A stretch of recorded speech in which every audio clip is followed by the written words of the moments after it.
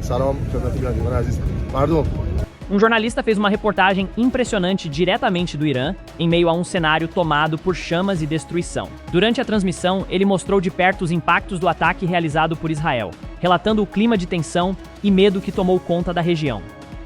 Na reportagem, o jornalista explicou que o ataque faz parte de uma escalada no conflito entre os dois países, que já vinha aumentando nas últimas semanas. Explosões, prédios atingidos e equipes de emergência trabalhando no local foram alguns dos momentos mostrados enquanto ele narrava a situação ao vivo.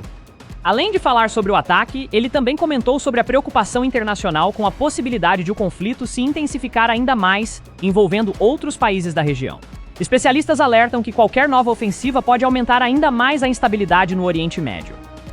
A reportagem chamou atenção nas redes sociais justamente pela coragem do jornalista de continuar informando mesmo em meio a um cenário perigoso e caótico.